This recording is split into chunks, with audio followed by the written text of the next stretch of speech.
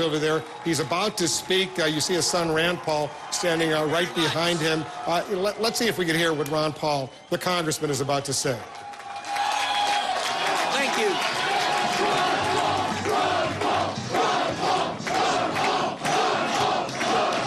That's great.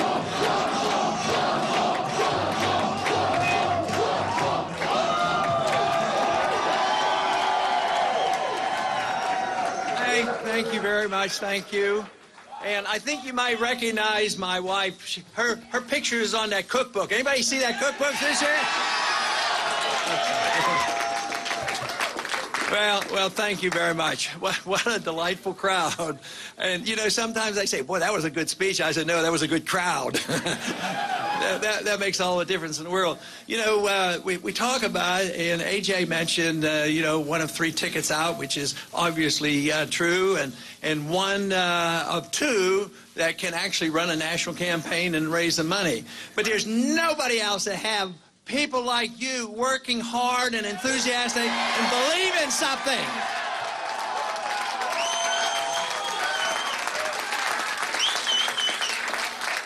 That is all the difference in the world. And before I continue with any more comments, I do want to bring, at least step forward, three of our chairmen. You met already, A.J. Stryker and David Fisher would step forward, as well as Drew Ivers, who's been the chairman, and they are on the Central Committee, and they have led the charge all throughout Iowa.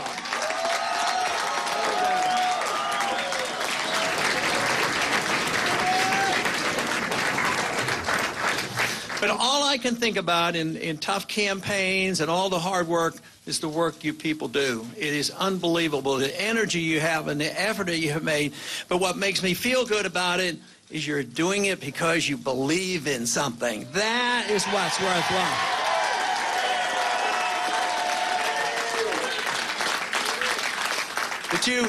But you also know that there's 2 good things. Some people say, well, you guys just do that because you believe in something and promote a cause. Certainly, but how's the best way to promote a cause? That is, win elections. That's the way you promote it. Now, the enthusiasm has been unbelievable. It's fantastic. It's national. Thousands of people now have been involved, not only in Iowa, but around the country, and they're ready and raring to go. But we have to look at the wonderful changes that have occurred in our country in a positive way. The country has suffered a lot in a negative way. The economy's in trouble. Our civil liberties are being trashed. Our foreign policy has been a mess and drains us both economically and our military forces. But at the same time, people are coming together, and we had the task, where we are very successful, is reintroducing some ideas the Republicans needed for a long time, and that is the conviction that freedom is popular.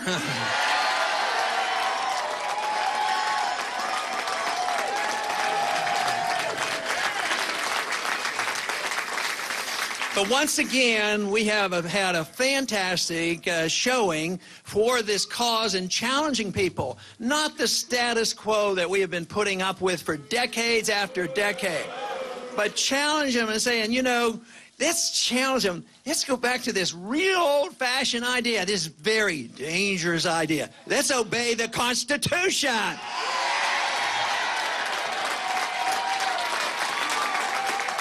And too often, those who preach limited government and small government, they forget that invasion of your privacy is big government, and we have to emphasize protecting your personal rights and your economic rights are what the government's supposed to do. They're not supposed to run our lives or spend our money.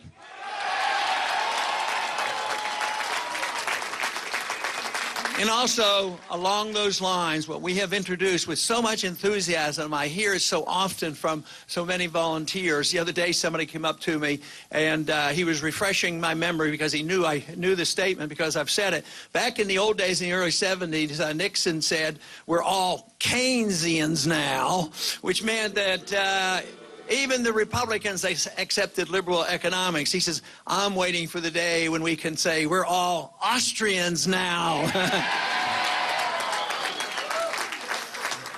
But the biggest change, I think, in intellectual and political changes that we have brought about is the emphasis on a very important matter, making sure we get to the bottom of the ultimate bailouters, and that is our Federal Reserve System. We need reforms there, and we need a new monetary system, and obey the Constitution. This is something that we've made great progress. So the first and initial important step that we've worked so hard, and it's on the table. Today there was a national poll came out, and they were talking about how many people supported the gold standard. How long has it been since they've taken a national poll on the gold standard? And guess what? The majority of the American people believe we should have a gold standard, not a paper standard.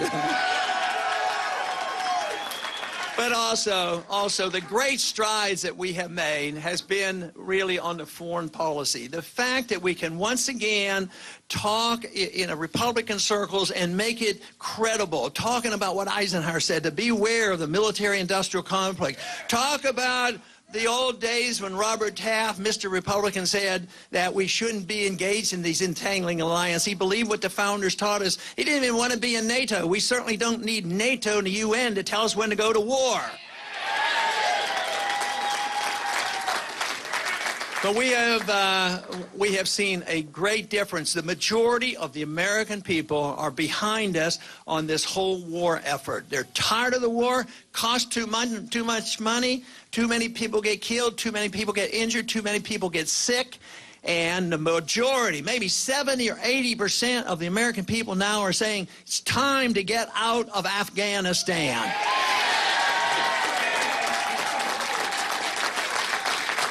So those are the issues. Those are the issues that we have brought front and center. They're out there. They're not going to go away. And we have tremendous opportunity to continue this momentum. It won't be long that there's going to be an election up in New Hampshire.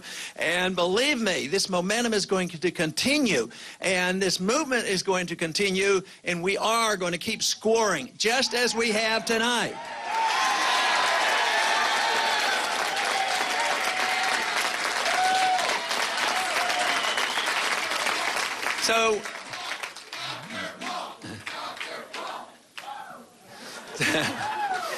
So tonight we have come out of an election and we're essentially three winners, three top vote getters, and we will go on. We will raise the money. I have no doubt about the volunteers. They're going to be there.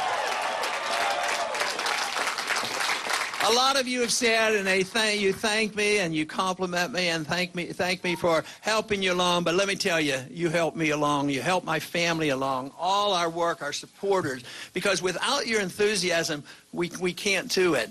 And this is where I feel most obligated. You know, we want to do the job, present the case, and if anything isn't perfect, I worry not about myself. I worry about you and making sure that you're satisfied. I think there's nothing to be ashamed of, everything to be satisfied, and be ready and raring to move on to the next stop, which is New Hampshire.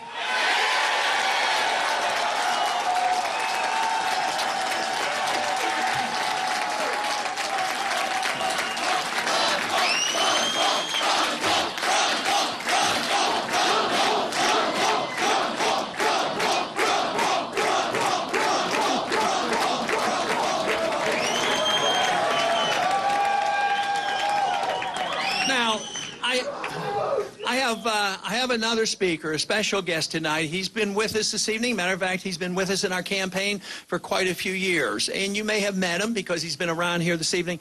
But I'd like him to come out and say a few words. He's been serving in the military for 10 years, and he's been overseas a lot. A lot of it was in Iraq and Afghanistan. And he was on TV tonight, and he didn't quite get to finish his statement. So I've asked him if he would come out and make his comments about why he supports our foreign policy, why he is fighting for the Constitution, and what he thinks we should do. But I would like to invite out now Jesse Thorson to come out and say a few words to you. Thank you.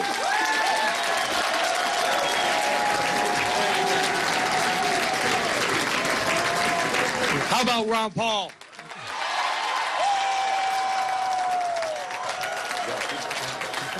If there's any man out there that's had a vision for this country, it is definitely him. His foreign policy is by far, hands down, better than any candidates out there, and I'm sure you all know that. We don't need to be picking fights overseas, and I think everybody else knows that too. I'm flabbergasted right now. This is an incredible moment for me. I can't believe it. It's like meeting a rock star.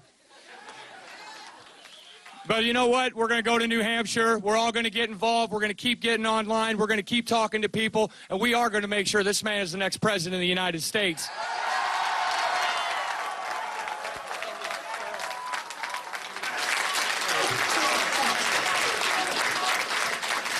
Thank you very much. That is a powerful message. And once again, we all know where the active military people send their money when they're campaigning. They send it to our campaign for liberty, our campaign for the Constitution, our campaign for liberty of government, our campaign for personal liberty and privacy, and a wise foreign policy.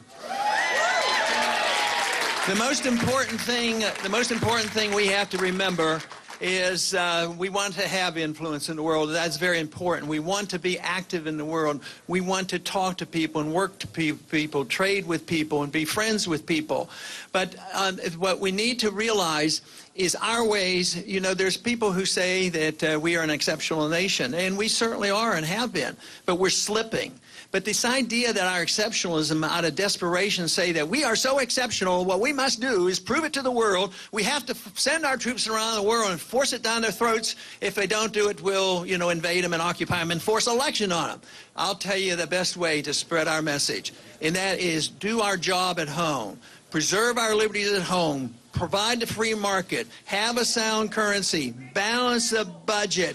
Set an example and get the rest of the world to emulate us. That is the road to peace and prosperity. Thank you very much. Thank you. All right, so Ron Paul, you hear him speaking to his supporters there in Iowa. He has come in third, but not very far behind the top two, Rick Santorum and Mitt Romney. Let's take a look at how close this race is right now, and we'll put the numbers. Newt Gingrich, by the way, is getting ready to speak over at Newt Gingrich headquarters in Iowa.